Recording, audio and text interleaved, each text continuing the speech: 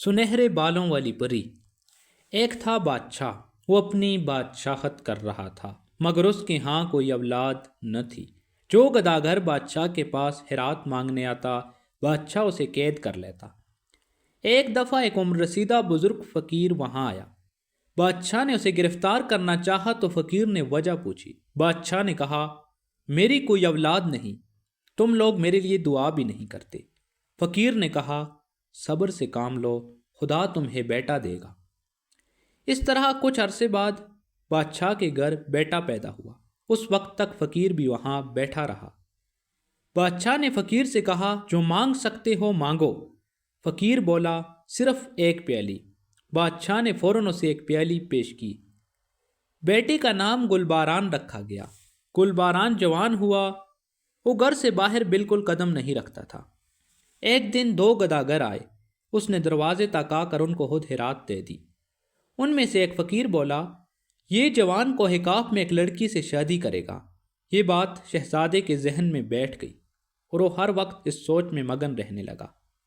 ایک دن اس نے اپنی بہن کو بتایا کہ وہ کوہ کاف جا رہا ہے، وہاں ایک حسین و جمیل دوشیزہ ہے اور وہ اسی سے شادی کرے گا۔ گلباران نے لشکر اور سامان آراستہ کیا اور اپنے سفر پر روانہ ہو گیا۔ راستے میں وہ کسی بادشاہ کے شہر میں پہنچا جہاں کے لوگ ایک دیو کو مار رہے تھے۔ گلباران نے ان سے وجہ پوچھی تو انہوں نے بتایا کہ اس دیو نے تباہی مچا دی ہے۔ 6 ماہ وہ سوتا رہتا ہے اور 6 ماہ وہ جاگتا رہتا ہے۔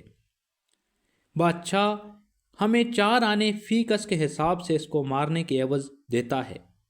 گلباران نے ان سب کو 1 ماہ کی رقم یکمشت ادا کر دی اور دیو کو آزاد کرایا۔ گلباران اپنی منزل کی جانب سفر کر رہا تھا کہ وہی دیو اس کے راستے پر آ کر بیٹھ گیا۔ گلباران تلوار نیام سے نکال کر لڑنے کے لیے آگے بڑھ گیا، مگر دیو بولا، یہ کیسے ہو سکتا ہے کہ تم نے مجھ سے نیکی کی اور میں تم سے بدی کروں؟ دیو نے گلباران کے سب ساتھیوں کو واپس کر دیا کہ یہ لوگ بزدل ہیں، میں خود تمہارے ساتھ چلتا ہوں۔ وہ دونوں سفر پر روانہ ہو گئے۔ راستے میں گلباران کا گھوڑا تھک گیا، تب دیو نے اسے اپنی پیٹھ پر بٹھا کر دریا کے ان درمیان واقع ایک پہاڑ پر لے گئے اور وہاں رہنے لگے۔ گلباران ادھر ہی رہتا تھا اور دیو پریزادی کی تلاش میں پھرتا رہتا تھا۔ آخر ایک روز وہ اس جگہ جا نکلا جہاں پریزادی قید تھی۔ دیو نے اس صندوق کو اٹھا لیا جس میں پریزادی کو قید کر کے بند کیا گیا تھا اور اسے لے کر گلباران کے پاس لے آیا اور اس کے حوالے کر دیا۔ اسے ہدایت کی کہ صندوق کو مت کھولو، میں کچھ تھک گیا ہوں، کچھ دیر سستا کر تم سے آ ملوں گا۔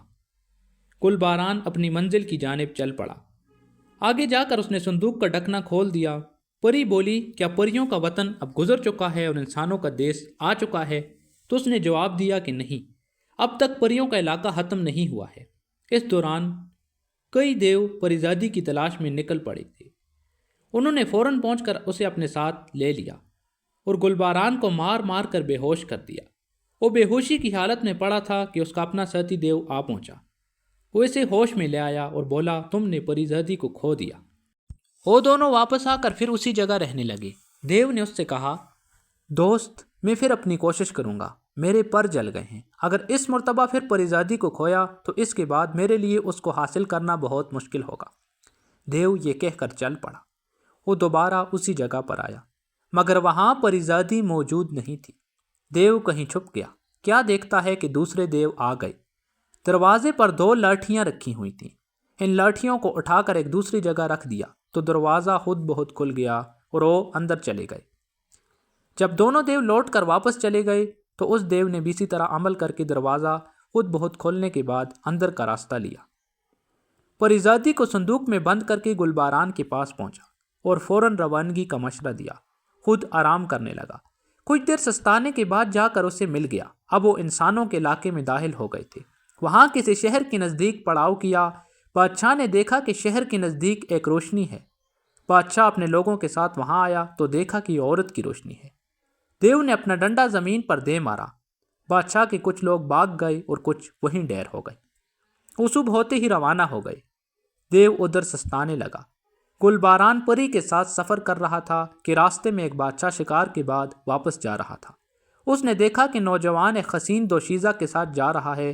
اس نے اپنے آدمیوں کے ساتھ گلباران کو پکڑ کر اس کی مشقیں کس لیں اور عورت کو اٹھا کر اپنے محل لے گیا۔ اسی وقت شادی کا اہتمام کرنے لگا۔ قاضی، وزیر، غلام، عورتیں اور خادمائیں سب جمع ہو گئے۔ عورتیں اور خادمائیں اس پریزادی کے ساتھ چارپائی پر بیٹھ گئیں۔ اس دوران دیو بھی وہاں پہنچ گیا۔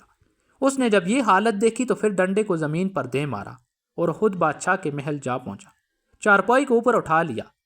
بادشاہ حیرت سے تکتا رہ گیا کہ چارپائی کے ساتھ عورتیں اور خادمائیں بھی ہوا میں اڑتی جا رہی ہیں۔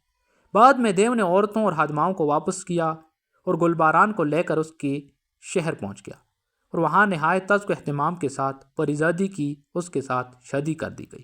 بادشاہ اور سب لوگ خوش ہو گئے۔